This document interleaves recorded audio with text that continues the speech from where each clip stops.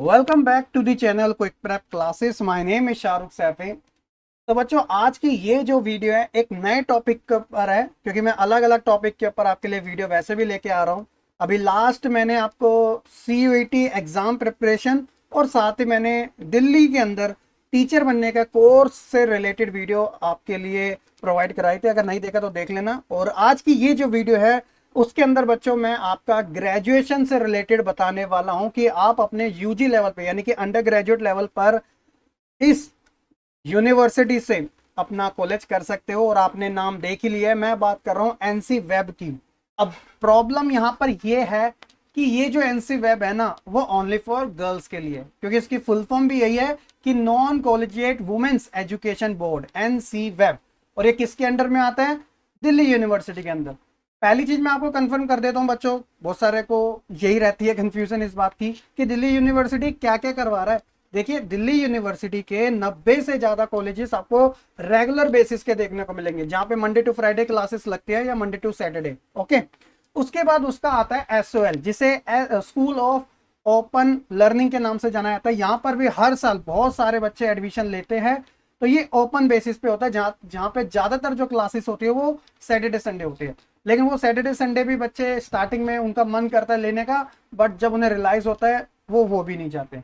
लेकिन तीसरा जो ऑप्शन है जो गर्ल्स के लिए है, क्योंकि लड़कियां हैं, पढ़ना चाहती है ज्यादा, तो दिल्ली यूनिवर्सिटी ने एनसी वेब का कोर्स भी इन बच्चों के लिए निकाला है, जो कि BA प्रोग्राम और बीकॉम वाले बच्चों के लिए, यानी कि बैचलर ऑफ आर्ट्स और बैचलर ऑफ कॉमर्स के लिए। तो क्या है ये एनसी वेब और इसका एडमिशन कैसे होता है, फीस का स्ट्रक्चर कैसा है, क्या ये सही करना सही रहेगा या नहीं रहेगा, सारी चीजें बच्चों आपको इस वीडियो में पता चल जाएगी शुरू से लेकर आखिरी तक। क्योंकि मैं जो रेफरेंस ले रहा हूँ वो लास्ट ईयर के प्रोस्पेक्टस के अकॉर्डिंग ही मैं आपको बता रहा हूँ इस वीडियो के अंदर। तो आप बड़ा ध्यान से देखिएगा, ठीक है। चलिए, तो सबसे पहले इस ये देख, यहाँ पर आप देख सकते हैं यूनिवर्सिटी ऑफ दिल्ली यहाँ पे ऑलरेडी मेंशन है। और शुरुआत में इसके बारे में थोड़ी चीज बता रखी है, लेकिन मैंने एक चीज यहाँ पे हाईलाइट कर रखी है कि अभी के समय 31,000 से ज्यादा लड़कियां पढ़ रही है, एनसी वेब से अपना कोर्स कर रही है BA प्रोग्राम का। तो ये भी जरा आपको पता होना चाहिए, ठीक है। तो कुछ चीजें आपके लिए दे रखी है कि आप अच्छे तरीके से आपको रीड आउट कर लेनी चाहिए, लेकिन मेन मेन चीजें मैं आपको बताता हूँ। अगर ये PDF की रिक्वायरमेंट है तो मैं टेलीग्राम ग्रुप में अपलोड कर दूंगा, क्योंकि ये जो कोर्स है only for women's candidate residing in NCT Delhi, ठीक है। दिल्ली के अंदर रहने वाली जो भी गर्ल्स है जो अपना आफ्टर 12 कोर्स करना चाहती है BA प्रोग्राम, तो वो एनसी वेब के लिए एलिजिबल है। बस क्या होगा कि जब एडमिशन की रिक्वायरमेंट होगी तब बच्चों को अपना प्रूफ दिखाना पड़ेगा, रेसिडेंट प्रूफ। उसके अंदर बच्चों आधार, वैलिड वोटर ID, ये सारी चीजें जो नॉर्मल सी होती है।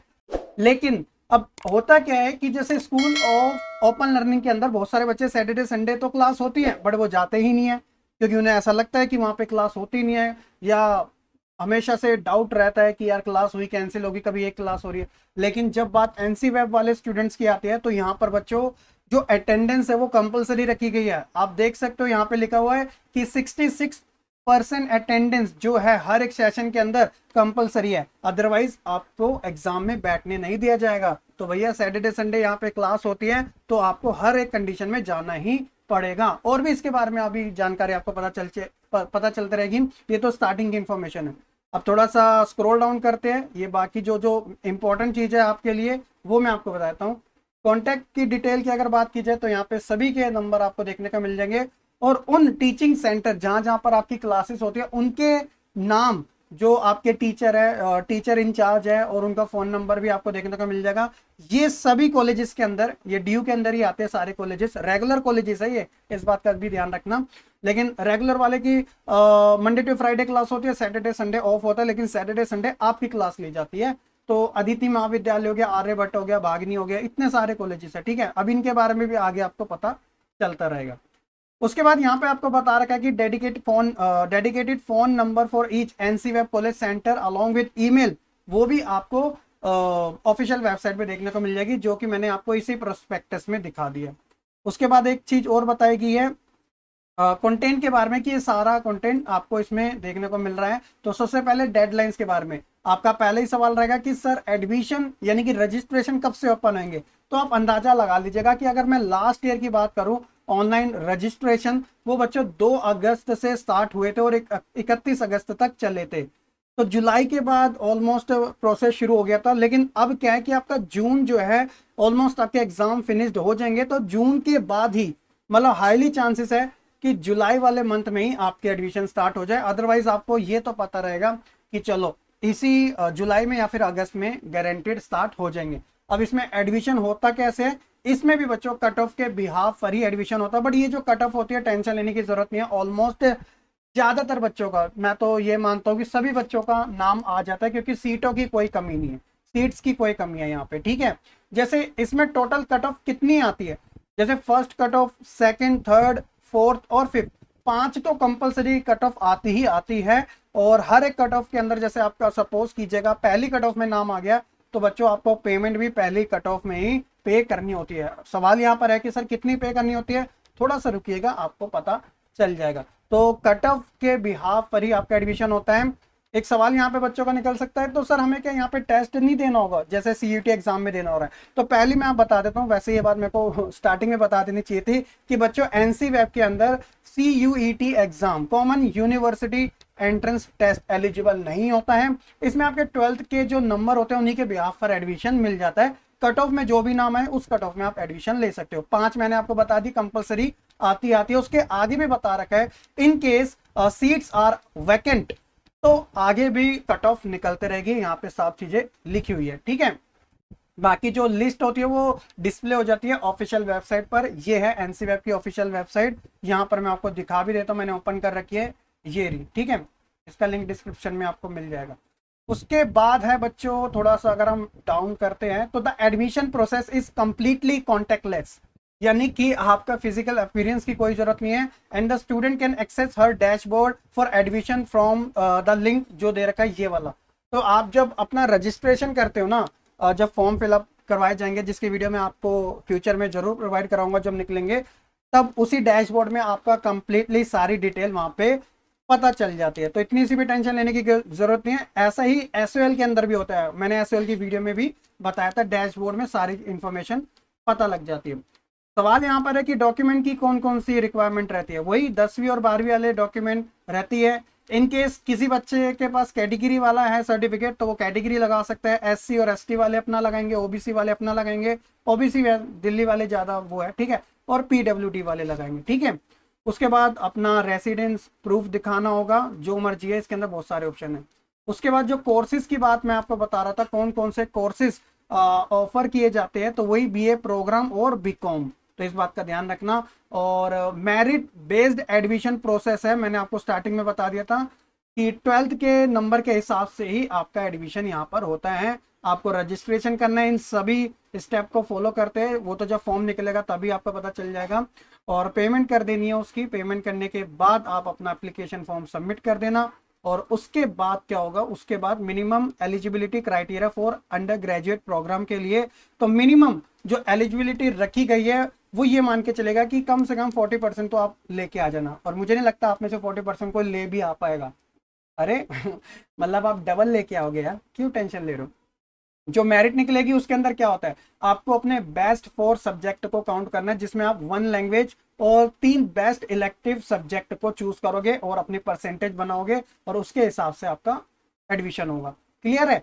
अब यहाँ पे सब्जेक्ट भी दे रखे हैं, आपको पहले से बता रखे हैं कि लिस्ट ए और बी में से देना है। लिस्ट ए के 2 पार्ट है और बी के भी 2 पार्ट है। जैसे लिस्ट ए के अंदर ये लैंग्वेजेस दे रखी है, सभी बच्चों के पास इंग्लिश कोर या फिर इंग्लिश इलेक्टिव और हिंदी कोर या फिर हिंदी इलेक्टिव तो होगी 12th बेसिस पे, तो एक लैंग्वेज का काम तो आपका यहीं से हो जाएगा, आप चूज कर लोगे। उसके बाद इलेक्टिव सब्जेक्ट जो 3 है, तो इनमें से आपके पास ऑलमोस्ट होंगे, जैसे 3 सब्जेक्ट के अकॉर्डिंग बहुत सारे बच्चे हो सकते हैं जिनके पास पॉलिटिकल, हिस्ट्री और इकोनॉमिक्स होगा, या किसी के पास हिस्ट्री नहीं है तो सोशलॉजी होगा, होम साइंस नहीं है तो कोई और सब्जेक्ट होगा। यहाँ पे सारे सब्जेक्ट दे रखे हैं, लेकिन तब क्या होगा जब उसके पास टोटल 3 सब्जेक्ट उसे जोड़ने हैं, जो कि 2 सब्जेक्ट तो उसको मिल रहे हैं, ठीक है, इलेक्टिव सब्जेक्ट में 2 सब्जेक्ट उसके मिल रहे हैं। सपोज एग्जांपल के तौर पे एक लैंग्वेज उसने इंग्लिश चूज कर ली, एक सब्जेक्ट उसने पॉलिटिकल और एक सब्जेक्ट उसने हिस्ट्री को चूज कर लिया, तो टोटल 3 हो गए। और उसे एक और सब्जेक्ट की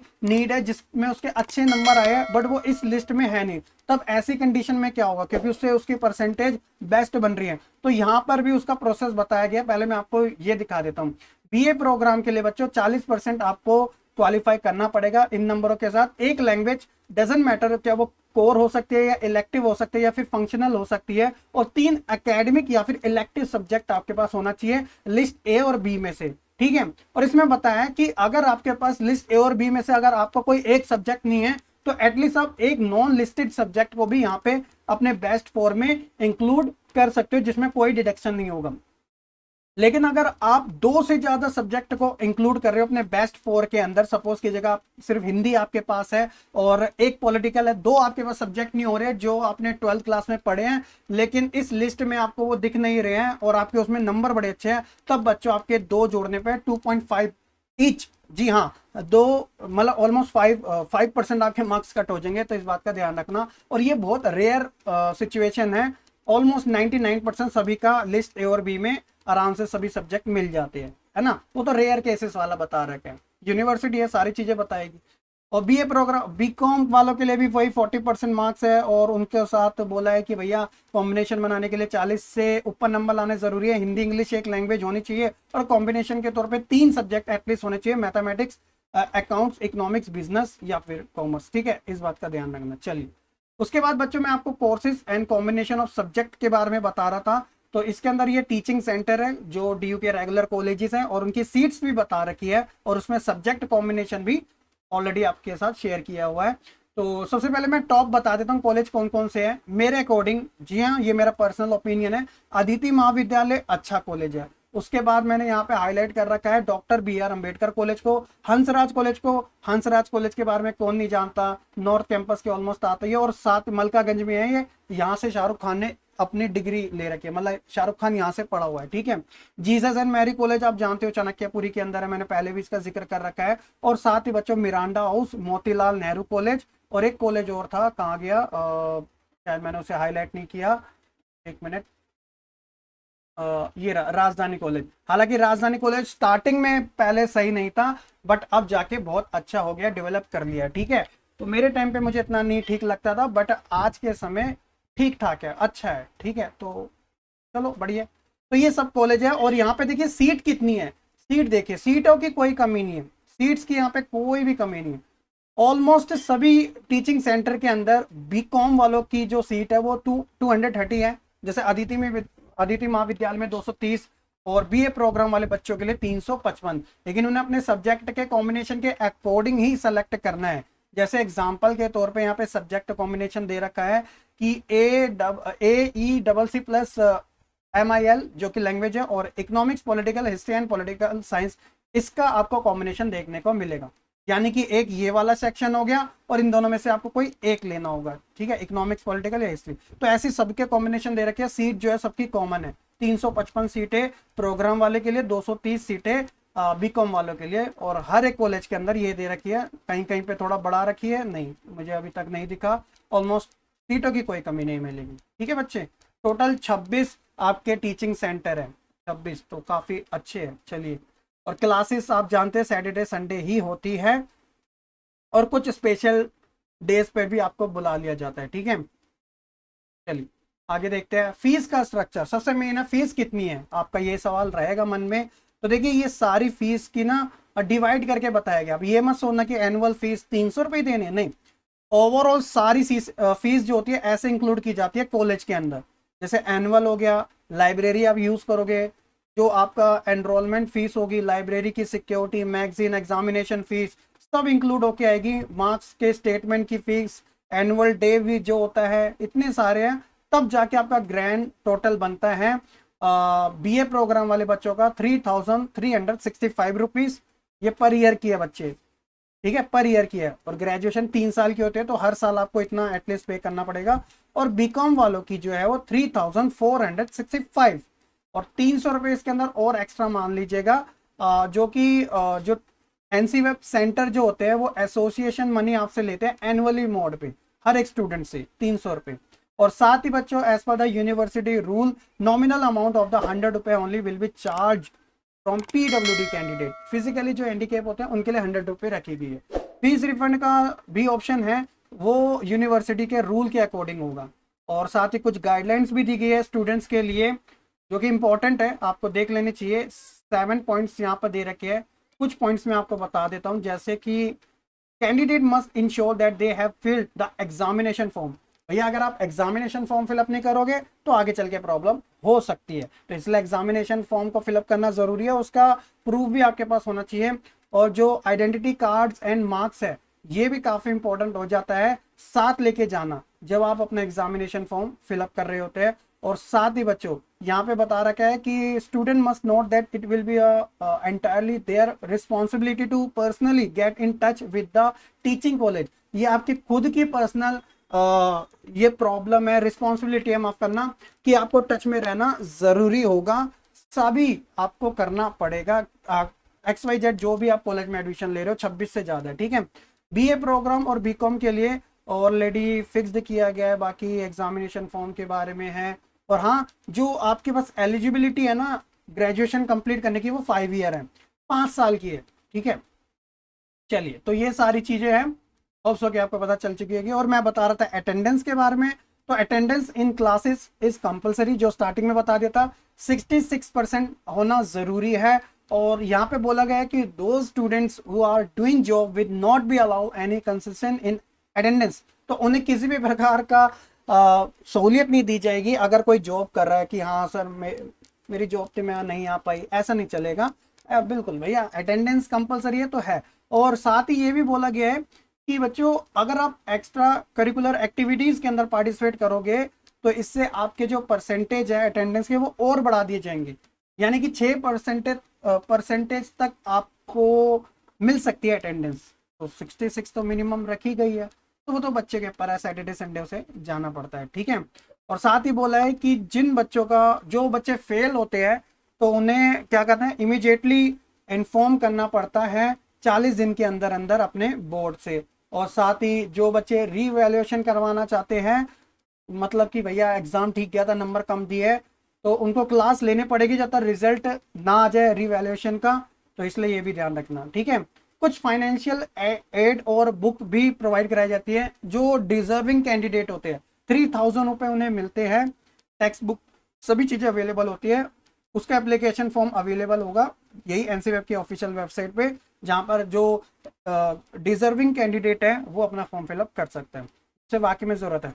और साथ ही बच्चों ट्रांसपोर्ट का भी आपको सपोर्ट मिलता है, यानी डीटीसी जो बस पासिस होती है पर मंथ के हिसाब से आपका बनाया जाता है, उसे वेरीफाई तो कॉलेज की तरफ से आपका हो जाता है। ये रेगुलर में भी फैसिलिटी है और यहाँ पर भी है, लेकिन एसओएल में नहीं है ना, इसमें आपको दे रखी। तो अब सवाल यहाँ पर यह है कि सर आपने सारा बता दिया, यहाँ पे सिलेबस भी बता रखा है, वो आपको यहाँ से मिल जाएगा। यहाँ पर मैं आपको दिखा देता हूँ, ये रहा एकेडमिक वाला सेशन, ये एडमिशन वाले सेशन पे जाओगे, यहाँ पे सारी चीज़ें अवेलेबल होती है। और साथ ही बच्चों कंपलसरी टेस्ट भी होता है यहाँ पे हिंदी का, जिनके पास नहीं है वो भी दे सकता है, सितंबर और मार्च में होता है, ठीक है। तो ये ओवरऑल है। सवाल यहाँ पर यह है कि आपके लिए करना सही रहेगा नहीं रहेगा। देखिए जो बच्चे जो भी गर्ल्स अगर चाहती है कि वो ओपन से ही करेगी कॉलेज और उसे रेगुलर नहीं जाना है, हो सकता है बहुत सारे रीज़न हो सकता है, फीस को लेकर या डेली पॉसिबल नहीं है जा पाना वगैरह वगैरह बहुत सारे होते हैं। तो भैया मेरे अकॉर्डिंग आपको एनसी वेब जो दिल्ली यूनिवर्सिटी का ही एक कोर्स है ओनली फॉर गर्ल्स के लिए कर लेना चाहिए। अगर मैं आपको ये बताऊं, या हो सकता है मुझसे ऐसा पूछो कि सर बताइए एसओएल सही है या एनसी वेब, तो दोनों ठीक है, बट सर अपने अकॉर्डिंग बताइए कि हम किस में ले, तो आप मेरे अकॉर्डिंग आप एनसी वेब में ले सकते हो, क्योंकि यहाँ पे अटेंडेंस आपकी कंपलसरी है, तो सैटरडे संडे आपकी क्लास होती है, आप स्टडी में टच में रहोगे और बाकी 5 डेज अपना कोई पर्सनल काम भी कर सकते हो XYZ, ठीक है। बट एसओएल के कंपैरिजन में एनसी वेब ज़्यादा बेस्ट है, तो मैं आपको यही सजेस्ट करूंगा कि आप जब इसके फॉर्म निकलेंगे तो अगर आप एसओएल में एडमिशन ले रहे हो तो इसकी जगह आप इसमें एडमिशन ले लो और आपको 2 दिन कॉलेज भी जाने को मिलेगा। अगर आप नहीं जाना चाहते हो तो ठीक है भैया, फिर एसओएल में ही ले लो, कोई दिक्कत वाली बात नहीं है। तो ये तो बच्चों आज की इस वीडियो में सारी चीज़ें मैंने आपको बता दी। एनसी वेब क्या होता है, कैसे एडमिशन होता है, जब इसके रजिस्ट्रेशन स्टार्ट होंगे तो बच्चों मैं आपको बता दूंगा। और बस मिलते हैं फिर अपनी नेक्स्ट वीडियो में। अगर आप किसी और टॉपिक पे वीडियो की डिमांड करते हो तो आप कमेंट सेक्शन में बता देना, मैं उसके ऊपर भी वीडियो डिटेल में बना दूंगा। वीडियो पसंद आई तो लाइक कमेंट शेयर जरूर करना, चैनल पे नए हैं तो सब्सक्राइब कर देना। मिलते हैं फिर नेक्स्ट वीडियो में, तब तक के लिए सही बच्चे खुश रहे, पढ़ते रहे और ऐसे ही आगे बढ़ते रहे।